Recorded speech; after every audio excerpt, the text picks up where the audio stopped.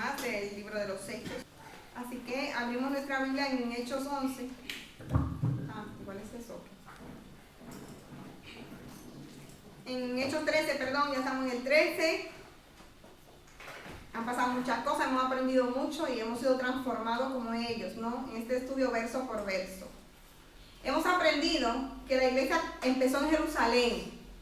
La iglesia, ya Jesús estaba en el mundo, pero Jesús marchó y fue exaltado y empieza el ministerio de la iglesia, el misterio, dice Pablo. De Jerusalén se propagó el evangelio a otras ciudades, incluida Samaria, con Felipe, Damasco, Cesarea y Antioquía de Siria. En el capítulo 13, que vamos a empezar hoy, podríamos decir que es la respuesta a la voluntad de Jesús en Hechos 1:8, cuando dice: me seréis testigos hasta los confines de la tierra. Así que podríamos decirlo así. Así que, hermanos, vamos a empezar hoy un viaje en Hechos 13 que va a ser bien edificante, pero con eso en mente. Ya la iglesia no está solo en un lugar en Jerusalén, sino que la iglesia ahora marcha hasta el infinito y más allá, dice la película, hasta los confines de la tierra, hasta nosotros. Estamos en el año 46 después de Cristo. Cuando se escribe esto, o sea, esas personas que se mencionan en este capítulo, todo eso pasa en el año 46 después de Cristo. Ya, para que nos ubiquemos cronológicamente, esto pasa después de la muerte de Herodes. ¿Se acuerdan la semanas pasadas que vimos que Herodes, que Pedro, que mataron a Jacobo? Todo esto es una ubicación temporal. Eso pasó y pasó. La Biblia es un libro real y documentado.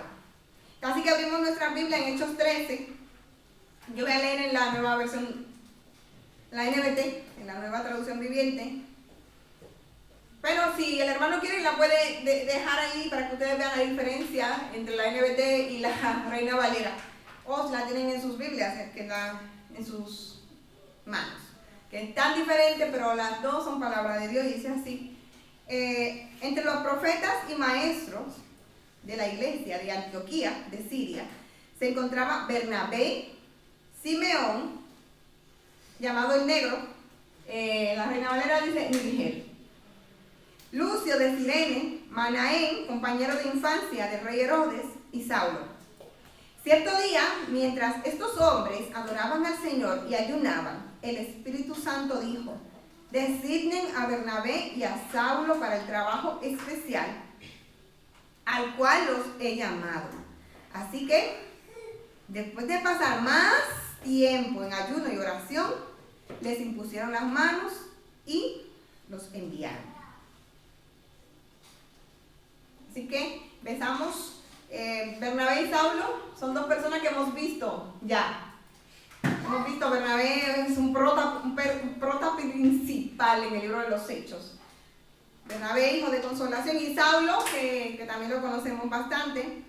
Hace un mes los dejamos en Hechos 30. Recuerdan que había una hambre, que habían profetizado que había una fuerte hambruna. Pues Bernabé y Saulo fueron los elegidos para llevar una ayuda a la iglesia de Jerusalén para contrarrestar esa hambre. Pero en este capítulo vemos que ellos han regresado de vuelta a Antioquía. Vimos hace unas semanas atrás que Antioquía era una ciudad muy moderna, pero en Antioquía pasó algo importante. Los cristianos fueron llamados por primera vez cristianos, por su nombre. No sabemos si fue por burla, pero el caso es que se quedó pegado el nombre, cristianos. O sea, pero nosotros analizando estos días en casa, Antioquía fue un lugar muy especial, porque pasaron muchas cosas, y es la que vamos a descubrir nosotros juntos hoy. En el verso 1, Lucas menciona 5 nombres, hombres diferentes, no solamente judíos, sino también que menciona personas no judías. Esas personas son, según el verso 1, Bernabé, Simeón, que quizás era de África, puesto que su nombre tenía un sobrenombre, Níger. Ya esta versión ya lo dice clarito en negro. Luego también estaba Lucio, que venía de Cirene, Cirenea, una ciudad conocida por Simón, el que ayudó a Jesús en la cruz, ¿recuerdan? Y también estaba Manaén, que creció con Herodes Antipas. Este Herodes es el Herodes que decapita a Juan el Bautista y el que está en la muerte de Jesús. Acuérdense que hemos dicho que eran muchos Herodes y que no nos podíamos confundir, ¿se acuerdan? Así que a nosotros en casa nos llamó la atención que aunque Manaén, que es líder de la iglesia de Antioquía, y Herodes se querían juntos, uno se dedica al bien total, Manaén en la iglesia de Antioquía, qué bonito, pero el otro, Herodes Antipas, era un asesino, le corta la cabeza a Juan, y también es el Herodes de cuando Jesús. Como dos personas que se crían juntas, no se sabe cómo, pueden ser tan distintas, pero esas cosas pasan. Entonces esos son los personajes del verso 1.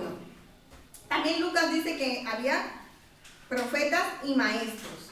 Y aquí quisiéramos dar un tópico. ¿A qué se refiere Lucas cuando dice que había profetas y maestros? Maestros lo tenemos un poco claro, pero profetas.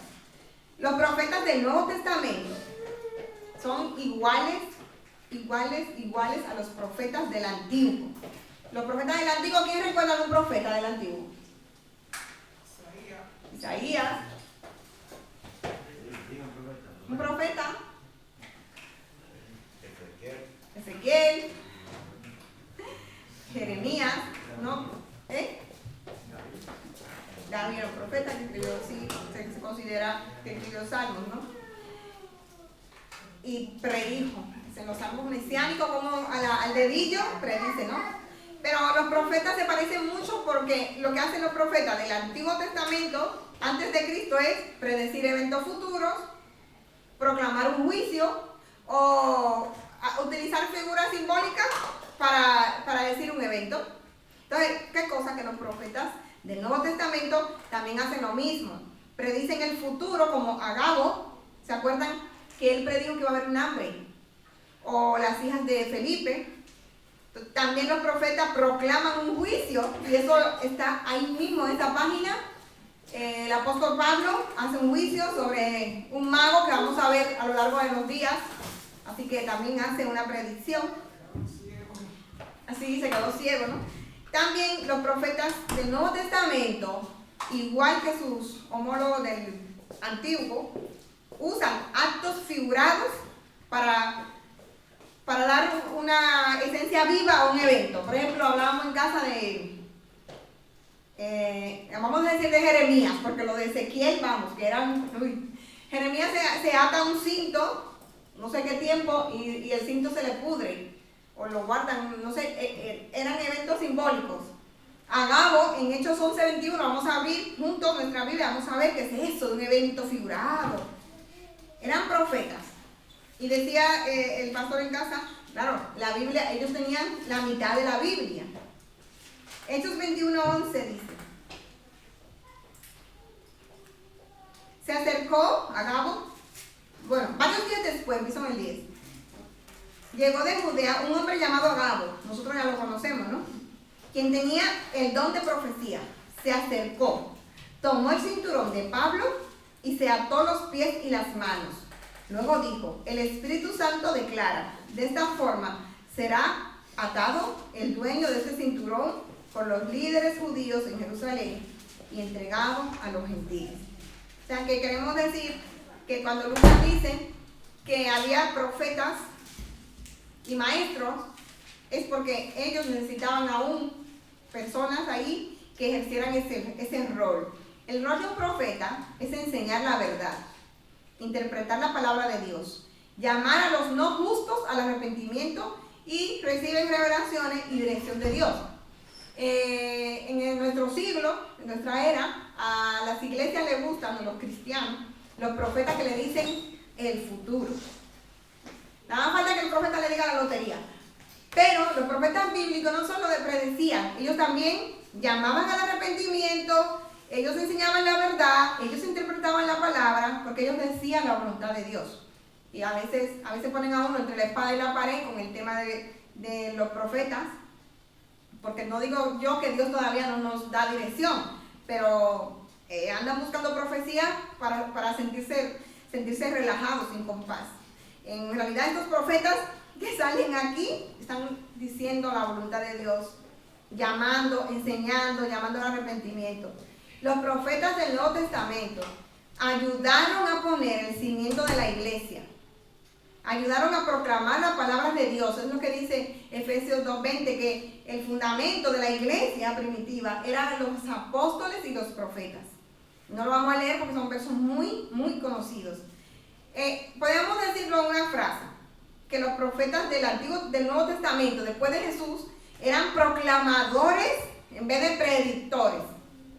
O sea, hoy en día lo que a la gente le gusta son las predicciones. Y está muy bien porque Dios es Dios y es el mismo. Pero no podemos concluir que en una iglesia tienen que haber todos profetas. Y no me voy a meter por ahí porque me voy del tema. Aunque a veces los profetas del Nuevo Testamento anuncian cosas por venir, como Agabo, las hijas de Felipe, ¿no? También dice que había maestros, Lucas, ¿no? Era una reunión bien particular de líderes. Y era una reunión, había 5 hombres y había profetas y maestros. Eso es lo que dice, ¿no? Ya no podemos ni añadir ni quitar porque estaba muy claro. Pero ¿qué estaban haciendo ellos? En la Reina Valera dice que ellos estaban ministrando y ayunando. Ya esta versión lo dice diferente. Dice que ellos adoraban al Señor y ayunaban. Me gusta más la versión de la Reina Valera, dice ministrando. Y claro, hermanos, aquí tenemos una pregunta. Esos 5 hombres, Bernabé, Simón llamado el Negro, Pablo, vamos a verlos ahí mismo para no perder, Manaén y Lucio. Estaban ahí, pero ellos estaban haciendo algo. ¿Qué ustedes creen que podemos aprender de ellos? Eran personas con muchas capacidades, personas bien usados en la iglesia de Antioquía. ¿Qué podemos aprender nosotros de ellos? Uy, qué silencio. Esa manito levantada, está fácil la pregunta. Está fácil. Lucas es muy intencional, un buen narrador, que él dice, bueno, estaban en la iglesia de Antioquía, maestros y profetas. Vale, y nosotros preguntamos al texto, ¿qué podemos aprender de esos maestros y esos profetas que están ahí, reunidos? Jacob. No dice que había maestro, si había maestro estaba enseñando. Entonces eso es lo que tenemos nosotros hoy que hacer, aprender, que sea el maestro que enseñe. ¿Y qué más? Te falta Alberto. ¿Algo más? ¿Alguien más? Nosotros nos llamó la atención que aunque eran líderes bien preparados, ¿no? Ellos eran líderes de enseñanza, como dice el pastor Jacob.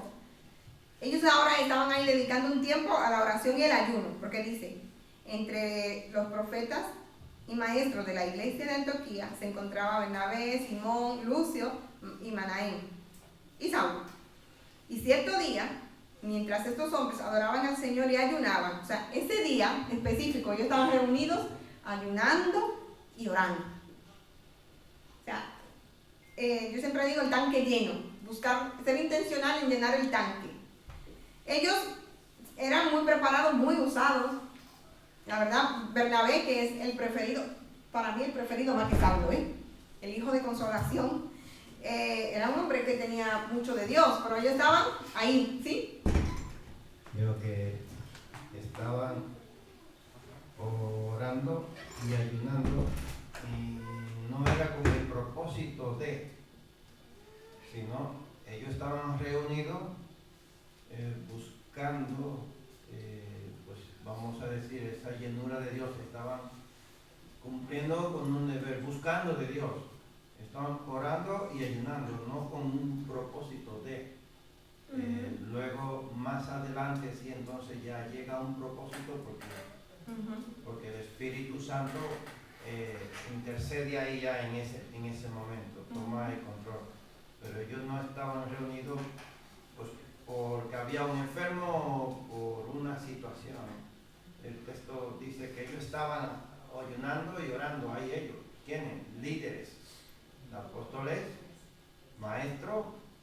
profeta. Amén.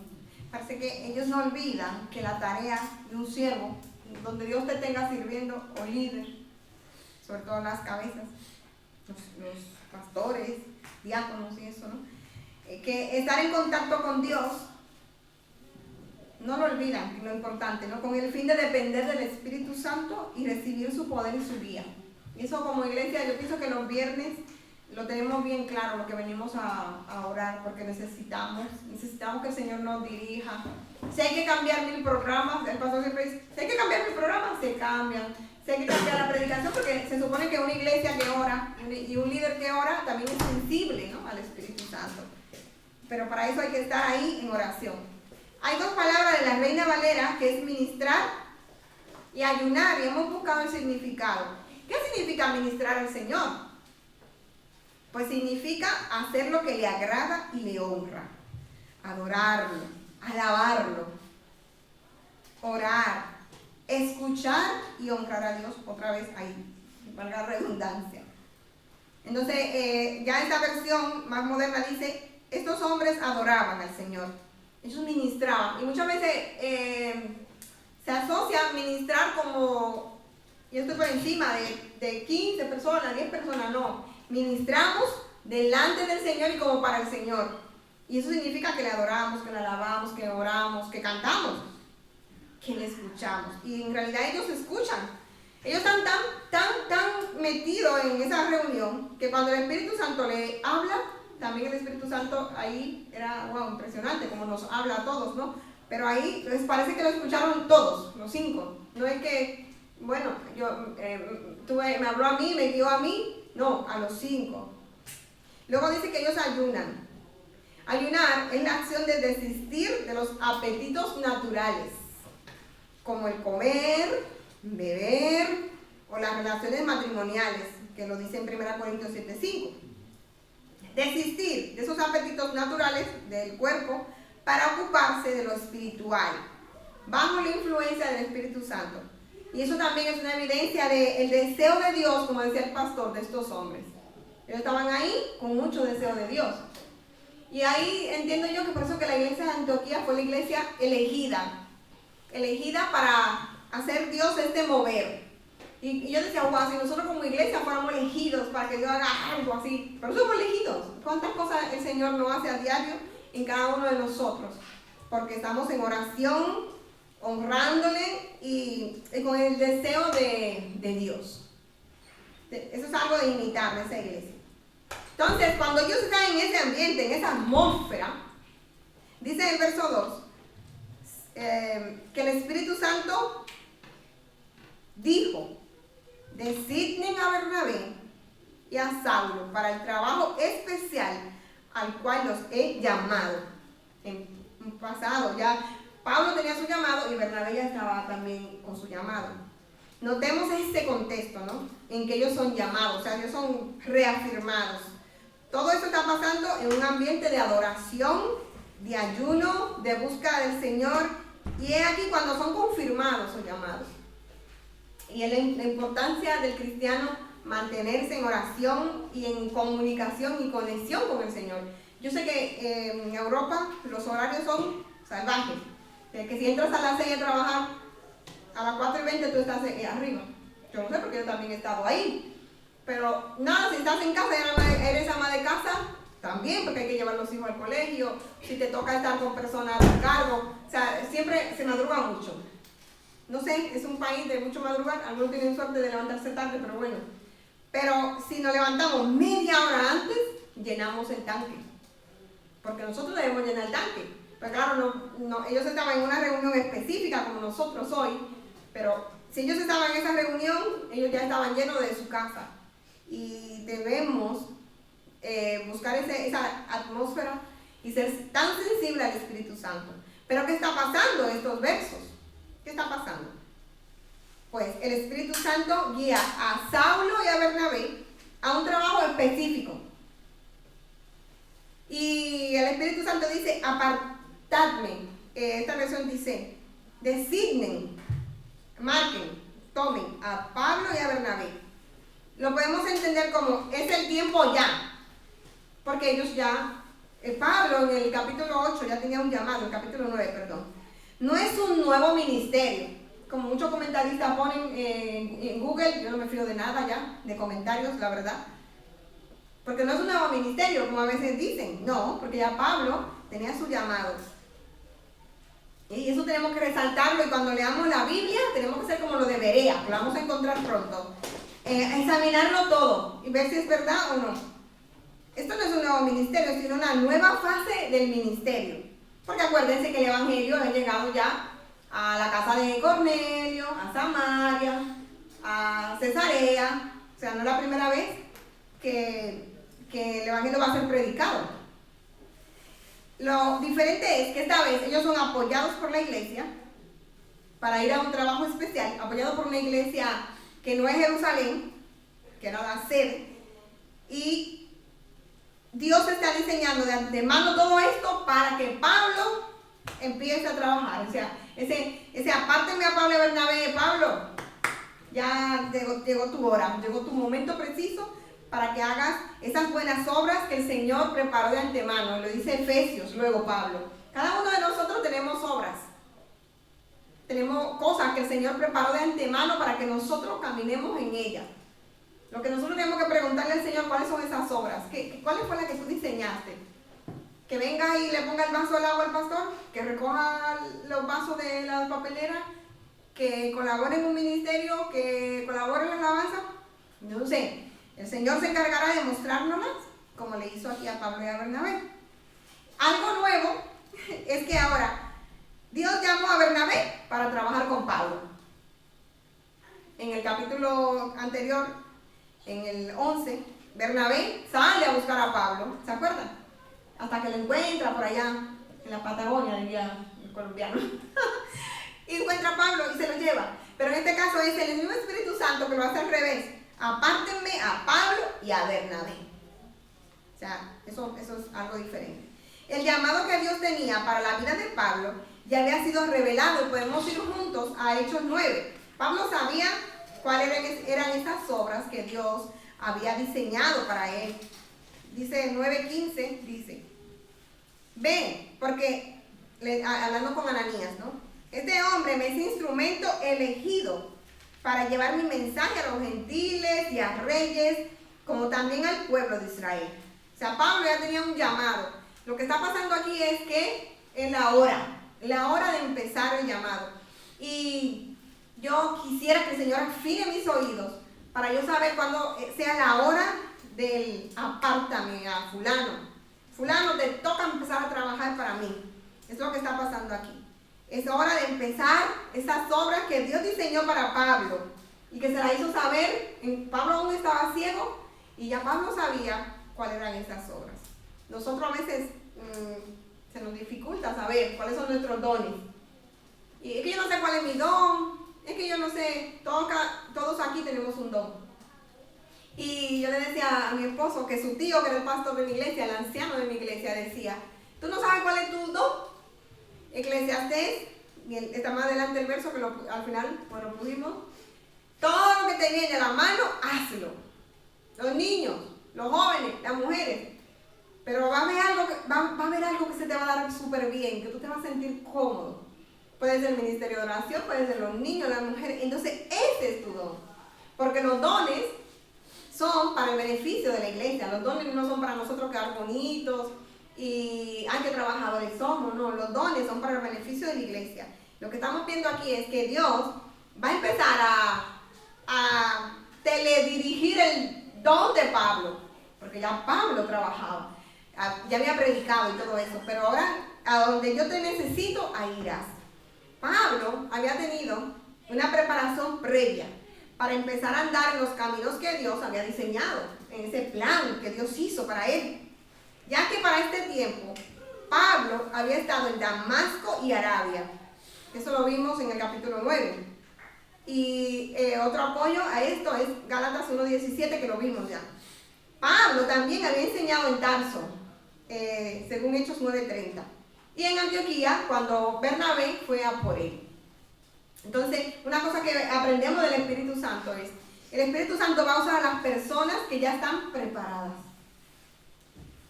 Y por eso es bueno prepararnos, el discipulado, qué bueno que estás aquí, los que están viniendo los sábados, porque estas personas, el discipulado, el básico, luego el otro y el que lo que sea, porque Dios va a usar a las personas que están preparados. Yo le decía al pastor hoy, digo, yo me imagino a Pablo empezando. Pablo, que era duro cuando era fino y profesional, ¿se imaginan a Pablo predicando cuando no sabía?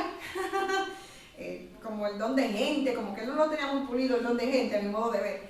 Pero Pablo se tomó un tiempo para aprender, y por eso estamos aquí. Si a ti te dicen, ¿dónde aparece la historia del cojo? Muchos de los que estamos aquí sabemos que es en Hechos 3. Y entendimos cuando estudiamos eso hace muchos meses, que los cojos no podían entrar a la iglesia, al templo de Jerusalén. O sea, el hecho de que estés aquí es la primera piedrecita para aprender y para andar en esas obras que Dios diseñó para ti y para mí.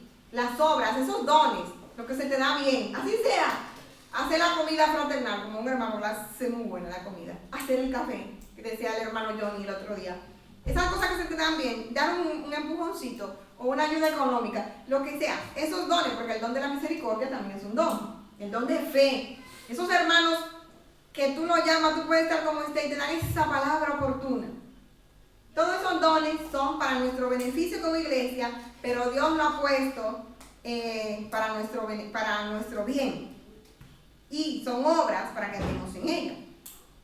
Aquí es impresionante ver que han pasado desde la conversión de Pablo en Hechos 9 hasta ahora más o menos 12 años. Algunos dicen que 10, pero no más de 12. O sea, todo ese tiempo Pablo estaba por ahí preparándose, aprendiendo en esas obras que Dios diseñó para él. Eso pasa antes del primer viaje misionero, que es este, que vamos a ver la semana que viene. No obstante que han pasado 10 años, que cualquiera se desespera, porque 10 años son 10 años. No obstante que han pasado 10 años, el plan de Dios no se ha cancelado. Así que, hermano, tú puedes decir, yo tengo 20 años en la iglesia, yo no sé cuál es mi don. No te desesperes. Si tienes 4, si tienes 3, si tienes 30. Ponte en oración, ponte en ayuno, y el Señor te mostrará cuáles son sus obras y te capacitará. La mano es que tú tengas todo ese tiempo y no sepas buscar ni Génesis ni Apocalipsis.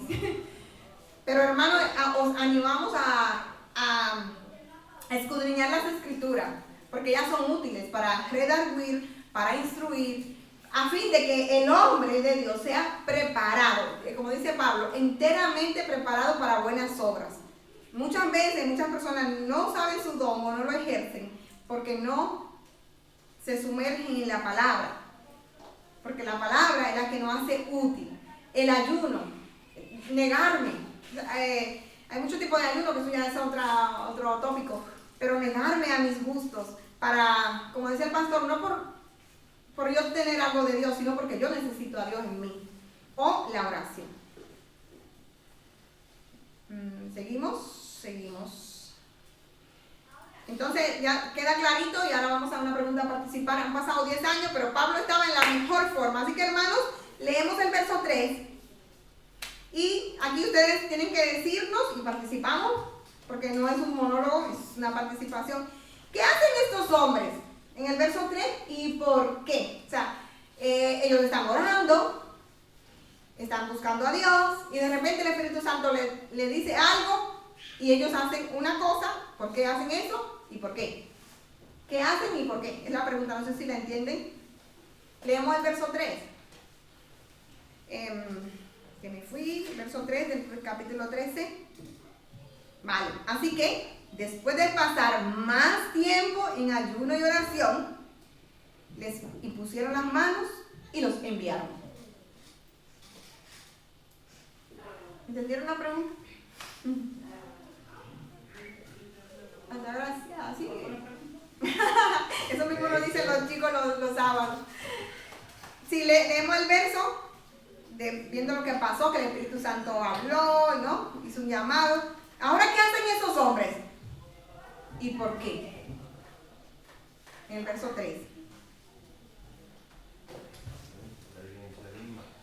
Sí, atrás. Ah, sí, Paola, ok.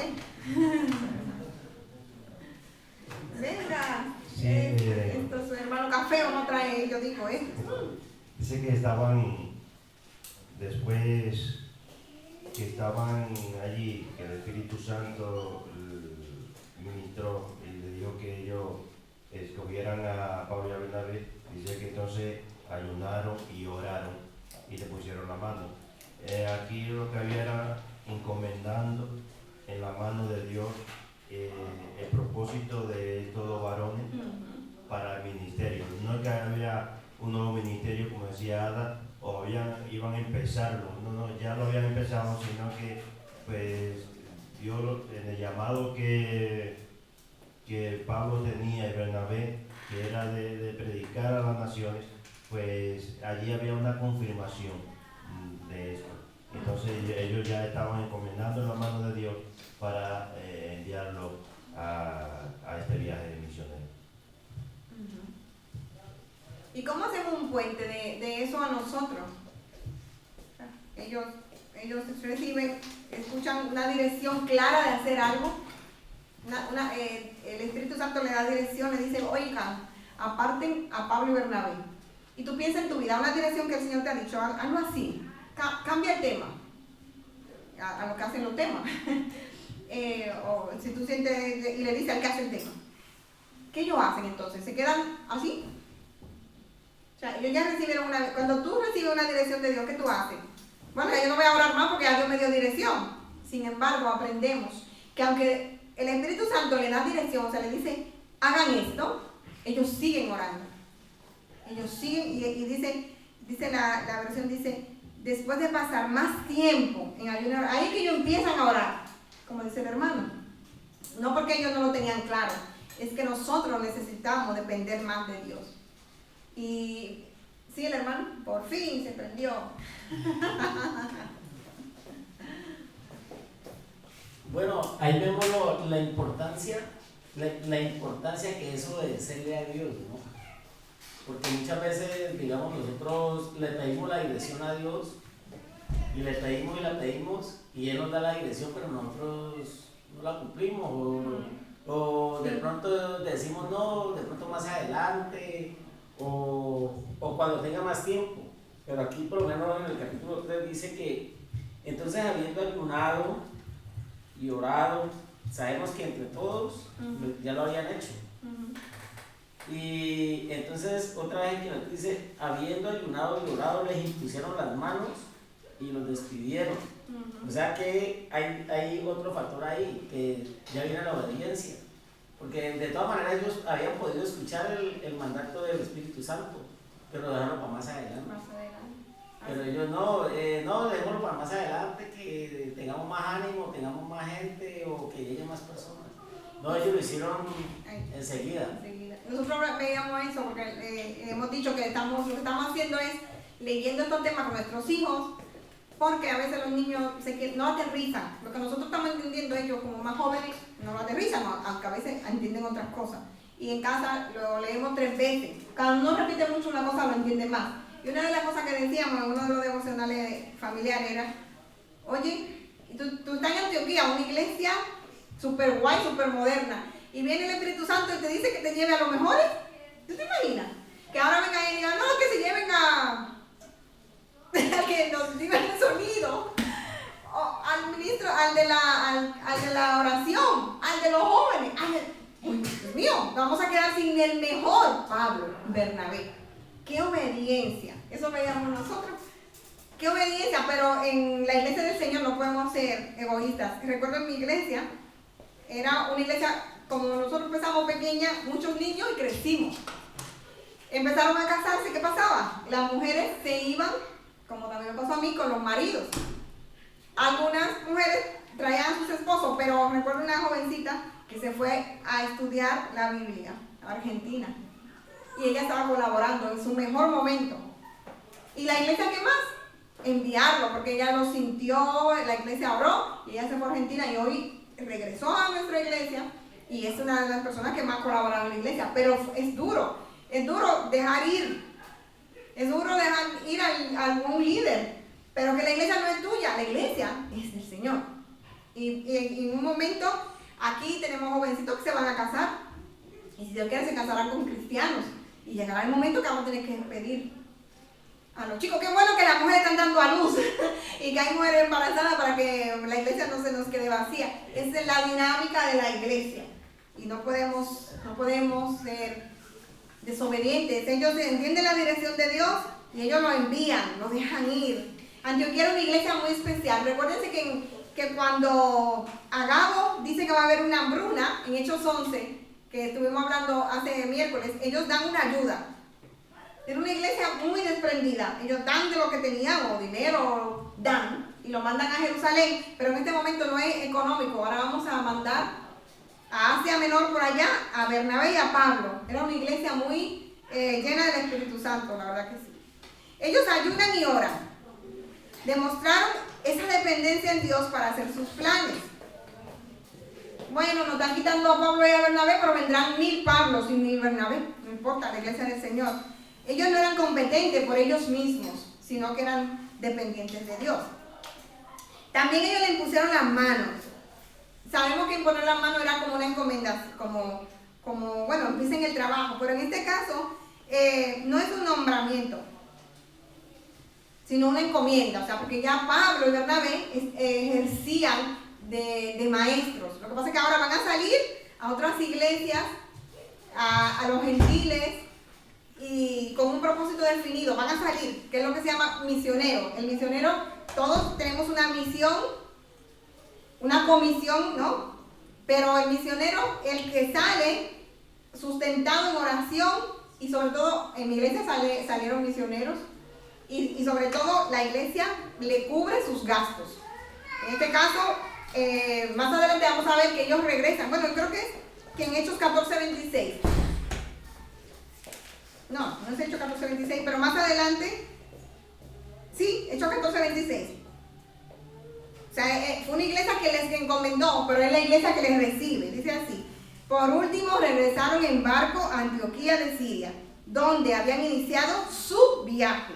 Los creyentes de allí los habían encomendado a la gracia de Dios para que hicieran el trabajo que ahora habían terminado. Y Antioquía como iglesia tenía el deber de orar por ellos, orar y orar por ellos. Por eso ellos oran y ayunan, le ponen las manos y son obedientes y le envían. Lo que vemos aquí es que la iglesia se involucró en la misión. La iglesia de Antioquía se involucra en la misión. La oración de la iglesia de Antioquía estaba acompañada de ayuno en ambas ocasiones. Aquí hubo dos veces que ellos oraron, o distinguimos, ¿no? Ellos están orando en el momento que reciben el mensaje, ¿verdad que sí? Ellos están orando de parte del Espíritu. Y el Espíritu le dice: apártenme a Saulo y a Bernabé. Pero ellos siguen orando para pedir dirección y saber qué hacer. Así que, hermano, cuando Dios te da dirección de algo para sus planes, porque Dios no te va a dar dirección que no fuera para sus planes, y ya tú lo sientes que el Señor te ha dicho algo así, sigue orando. Porque es cuando entonces ellos tienen la capacidad de obedecer. En el verso 3 vemos lo que decía el hermano, la obediencia de ellos, lo envían. Después los profetas y maestros impusieron las manos sobre ellos, dando a conocer que la iglesia de Antioquía estaba enviando a Bernabé y a Saulo como representantes. Y aquí tenemos representantes de la iglesia suyo, o sea, y cuando yo imagino que ellos van por ahí por Icón, voy a buscar para no equivocarme, las iglesias no me sale ninguna aquí cerca. Cuando llegaban en esos viajes misioneros, esas ciudades Pafos, que recuerdo que es una, Tesalónica, cuando llevan esos lugares, ellos son conscientes de quién lo envía. Eso es lo que hace un misionero. Es alguien enviado por alguien, ¿no? Y aquí tenemos una pregunta un poco trampa, pero es bueno que lo distingamos. ¿Ustedes recuerdan si los creyentes de la iglesia primitiva, o sea, después de Jesús, en Hechos, habían salido así, en misión, comisionados por una iglesia?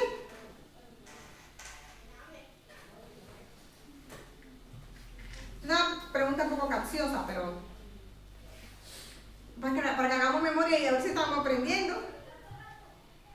Habían salido, o sea, encomendados por una iglesia que iba a orar por ellos, una iglesia que ellos tenían que regresar y rendir cuentas. ¿Ustedes qué creen? ¿Pueden decir sí o no? Ya estamos terminando. Miren, hay que ser como niños. Si hubiera sido Marco, hubiera dicho no. Sí. La Biblia nos manda a ser como niños. ¿Ustedes qué piensan? ¿Ellos habían salido ya algún creyente encomendado? Vete a... En el capítulo donde fue el Espíritu Santo lo mandó, cuando comenzaron que Pablo, que no, para los gentiles, para que pudieran, Pedro, sí. cuando ahí comenzaron. Sí. En realidad sí, Jerusalén manda a Pablo, pero no fue en comisión, sino fue en observación, porque eso de Jerusalén no se lo creían nada. Muy bien, gracias, Tatica. Vamos caliente, caliente.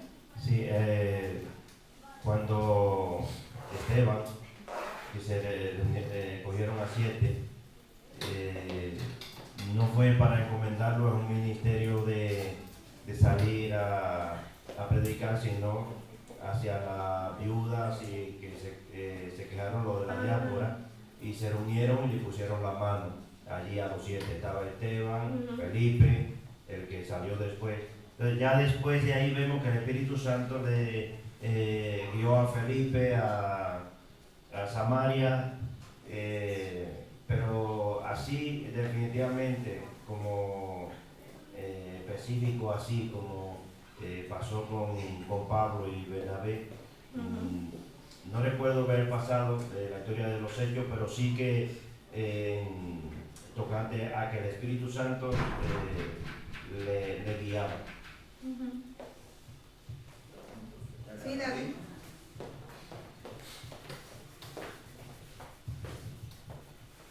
La pregunta es si los creyentes, eso es otro punto, ¿verdad?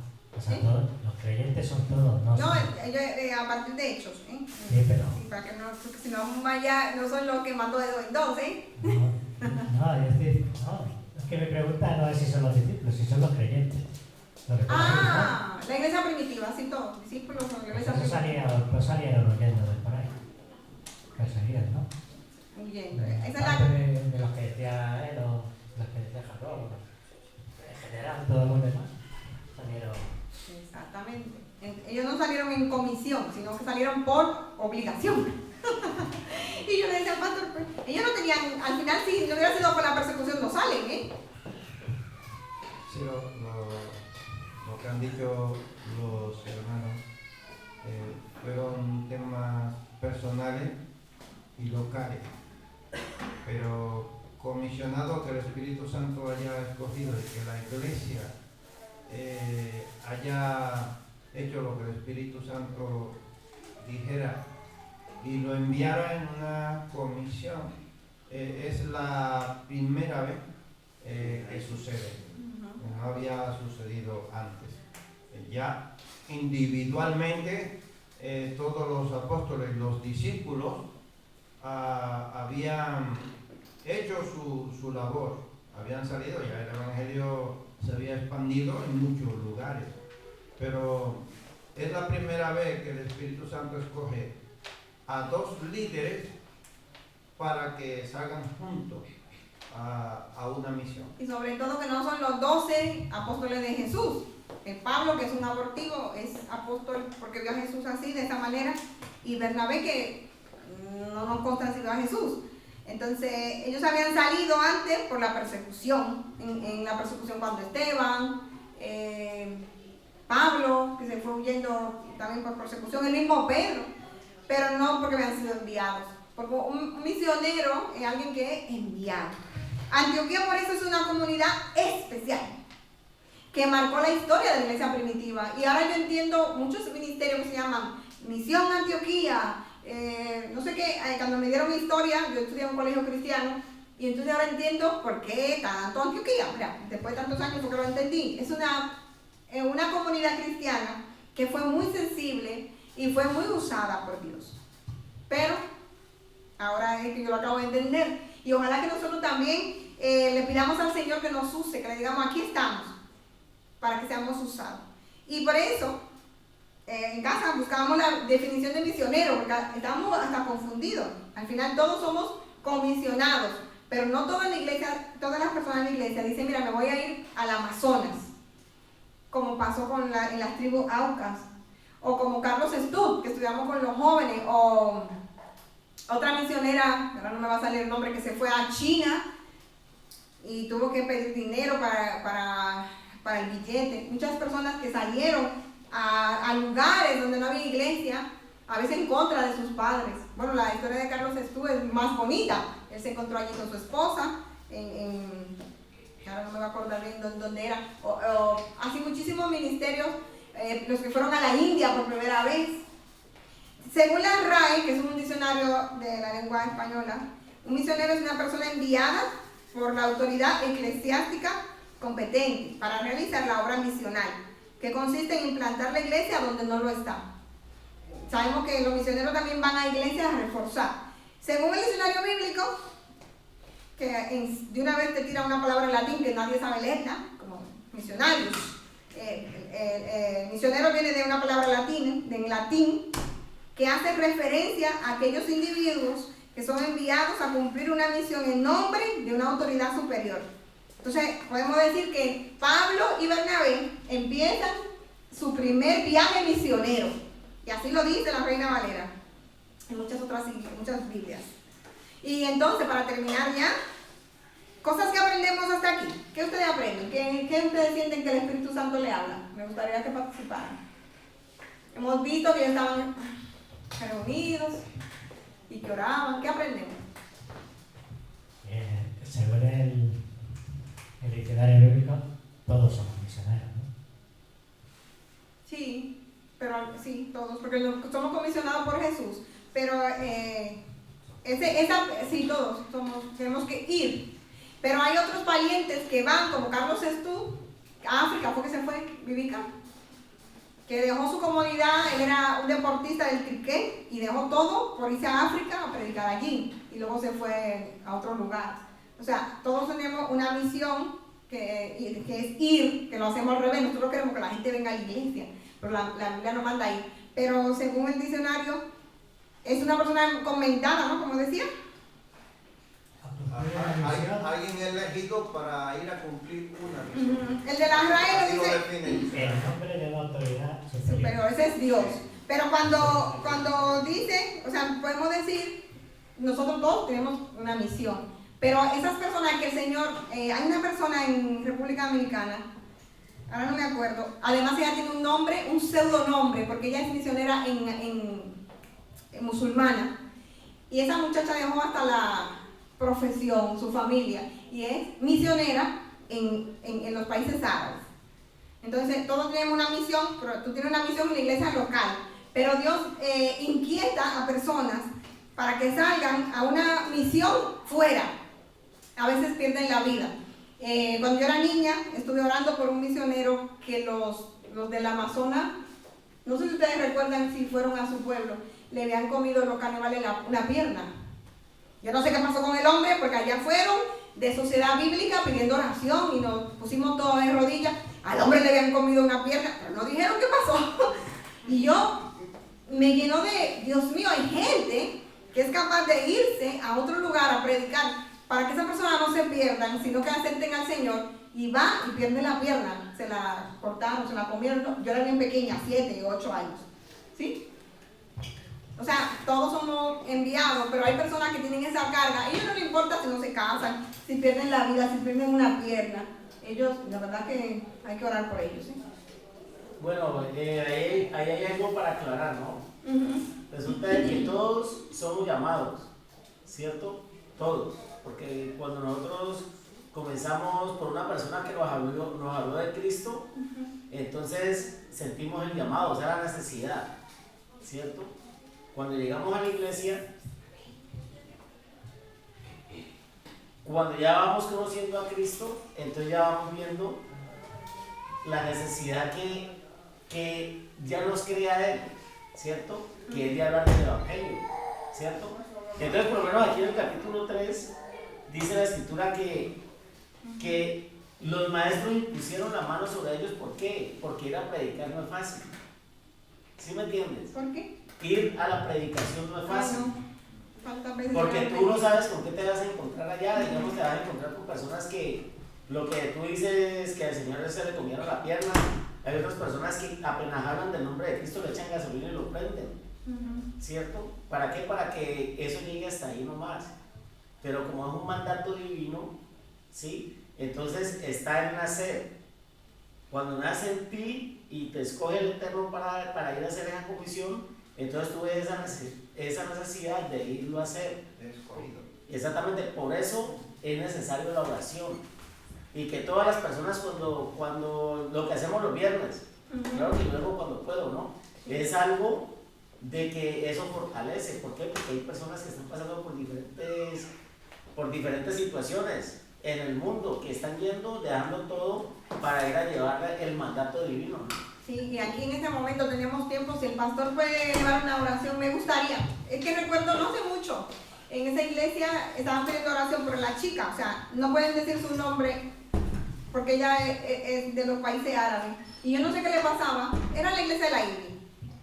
Miguel Núñez era, recuerdo, y pedían oración por la chica, y ella era misionera ahí en los países árabes, y no sé qué le pasaba, pero ni siquiera puedan decir el nombre. Porque claro, tú te vas a misionar, vete a Gaza ahora, de misionero, y saben que hay misioneros allí. Nosotros cuando fuimos a República Dominicana en el 2015, de Irán era Abel, un misionero que estuvo en una iglesia. El chico que fue a Jarabacoa de Irán, venía un misionero de Irán y él estuvo colaborando. O sea, hay muchos jóvenes, sobre todo jóvenes, que son impulsados a ir a la misión. Y yo decía, ¿y si mi hijo me dice de irse con mi hija? Yo haría como los de Antioquía, lo dejaría ir. Pues si el pastor puede llevar a hacer una oración, hay gente que le está pasando mal, algunos lo pasan bien. Si tú te vas de misionero a Jarabacoa, como algunos misioneros que yo conozco, te vas a pasar bien, pero hay gente que lo está pasando verdaderamente mal. Si podemos hacer una oración cortita al Señor. ¿Terminamos? No terminamos, nos falta lo que aprendemos. Ah, bueno, lo hacemos luego si quieres. Pues lo hacemos luego, sí, pues sí, oremos por eso luego, pues bien. Entonces, lo que aprendemos es que el Espíritu Santo tenía algo que decir, tenía algo más que decir, que agregar.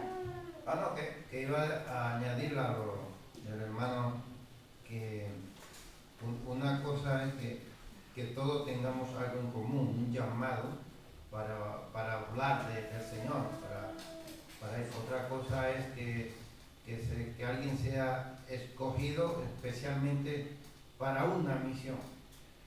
Entonces ya un misionero es eso, una persona escogida especialmente para ir a una misión. No todos vamos a esa misión. Es igual que los apóstoles de Jesús. ¿Cuántos seguían a Jesús? ¿Cuántos discípulos encontramos en la Biblia que Jesús mandó de 2 en 2? 70, ¿no? 70 los mandó a una comisión de ir, ¿cierto?, a evangelizar. Pero de ese grupo él escogió solo 12 para apóstoles, para algo especial, ¿no? No lo escogió a los 70. Y luego en el día de derramamiento del Espíritu Santo vemos que habían 120 reunidos, pero habían muchas más personas. O sea, que seguían a Jesús, montones. Pues en la Biblia encontramos a 3.000, a 5.000, ¿no? Que andaban con él, que le dio alimento, ¿no? Claro, eso, ¿no? Todos tenemos en común, que hemos sido llamados y enviados a predicar el Evangelio, pero a algo específico, no todos, sino son algunos los que son escogidos, que Por eso, son llamados para ello. porque el pueblo variado, Pablo en Corintios creo que dice que en una de esos viajes misioneros sintió peligro de muerte. No me acuerdo en cuál de las dos cartas. Bueno, lo que dice Abel, digamos, si nosotros vemos en los 12 apóstoles, ¿cierto? Vemos que Judas ya no estaba.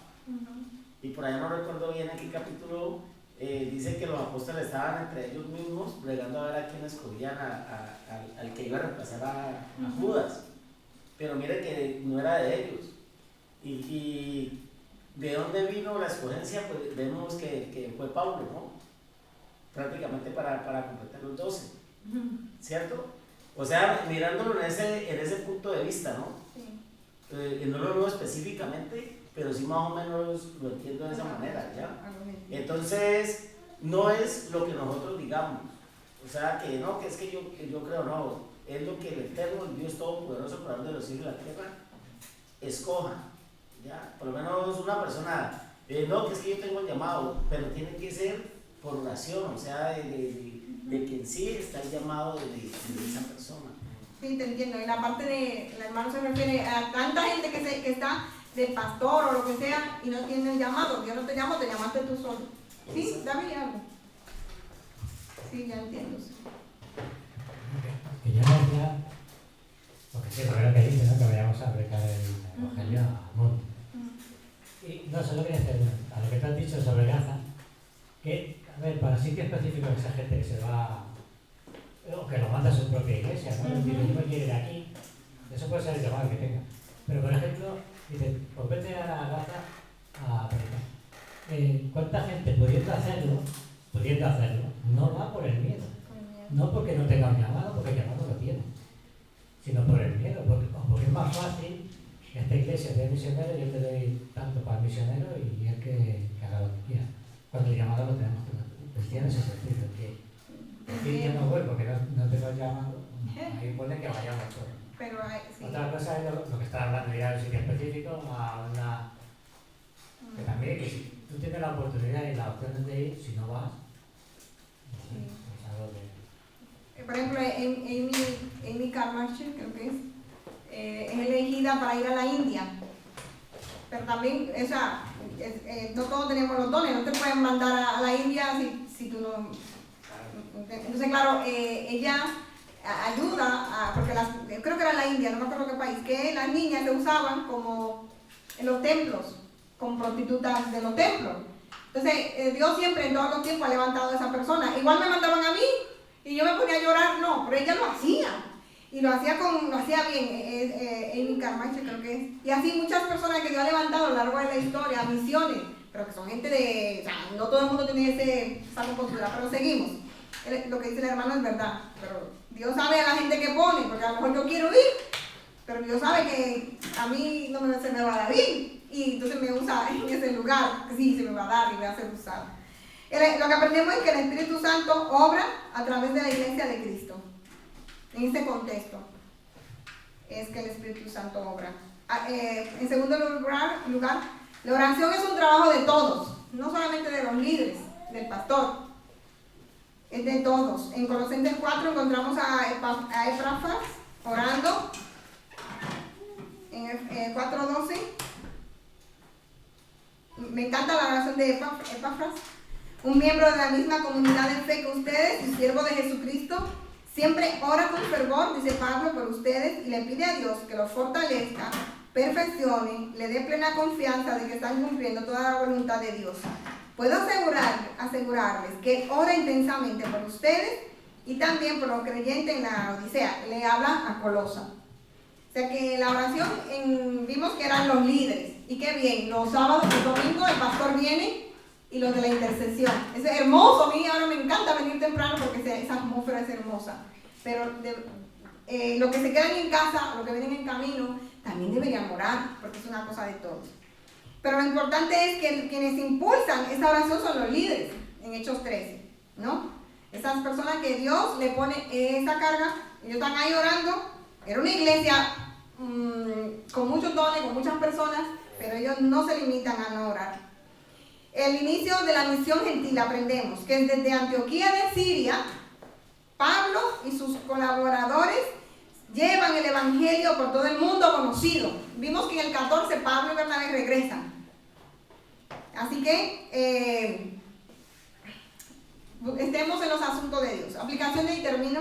¿Estás buscando los planes de Dios y colaborar con Él? En mi país se usa mucho que todo el mundo quiere ser profeta de las naciones. Todo el mundo. Pero eres profeta en tu casa porque el juicio comienza por casa. Pablo empezó 10 años por ahí en Tarso, en Damasco, por ahí donde él se crió. ¿Estás buscando los planes de Dios y colaborar con Él? En todas las épocas, la oración motivada por dirección y deseo de vivir y hacer los planes de Dios nos hace receptivos a la voz de Dios y sensibles. Si tú quieres trabajar y colaborar en la obra del Señor, no importa la edad, si tienes 15, si tienes 12, Lo primero que tienes que hacer es orar.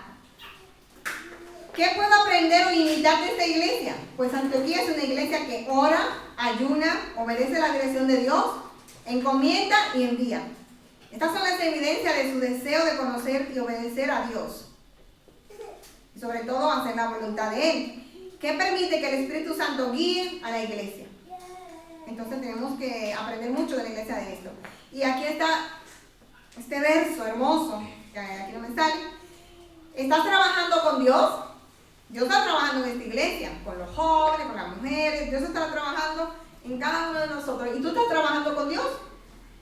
No, porque yo no sé cuál es mi don. Pues dice Eclesiastés 9:10, todo lo que esté en tu mano, hazlo con todo empeño. Y luego Colosenses 3:16 dice, todo lo que haga, hazlo para Dios. Dios usará a quienes ya están obedeciendo su voz y trabajan en su iglesia. Lo vemos, tal que sí, que Pablo tenía 10 años trabajando en la iglesia. Bernabé era el líder de Antioquía. O sea, Dios va siempre a usar. A veces dicen, no, porque siempre son los mismos los que están ahí. No, lo que pasa es que Dios va a usar a las personas que están trabajando, a lo que hace, lo que tiene que hacer constantemente. El Espíritu Santo apartó a 2 hombres. Uno era apóstol ya, que era Pablo, y el otro era una persona importante, que era Bernabé, y él lo envía para servir al Evangelio de una forma ordenada y orquestada por Dios. O sea, si tú quieres trabajar para Dios, ponte adelante donde Él te vea. No, que yo no sé mis dones, así te va a pasar 50 años, no, pero si tú no ejerces, tú no vas a ver que, no, a mí no me gusta, no se me da para nada bien limpiar. No, a mí, no, se me da mejor recibir a las personas en la puerta porque era una persona tranquila con una sonrisa. A mí no se me va a dar en la puerta porque yo me voy a poner nerviosa. Nunca me han gustado las puertas, el ujier. Sin embargo, hay hermanos que tienen el don de organizar y parece que juegan Tetris, se llama, y ven un huequito, ahí ponen una mesa, una silla. Ese es tu don. Pero claro, para tú saber tu don, tienes que empezar a colaborar en la iglesia. Como dice Eclesiastés 9:10. Todo lo que esté en tu mano hazlo con todo empeño. Se empieza a colaborar en la iglesia. Así que hermano, esa es la introducción del capítulo. Que sean gratos los dichos de nuestra boca y que el Espíritu Santo se acabe de aplicar, se encargue de aplicar la palabra. Necesitamos orar más. Y necesitamos orar por los misioneros. Y necesitamos orar por nuestras iglesias locales, por los dones que tenemos cada uno de nosotros. Bendiciones.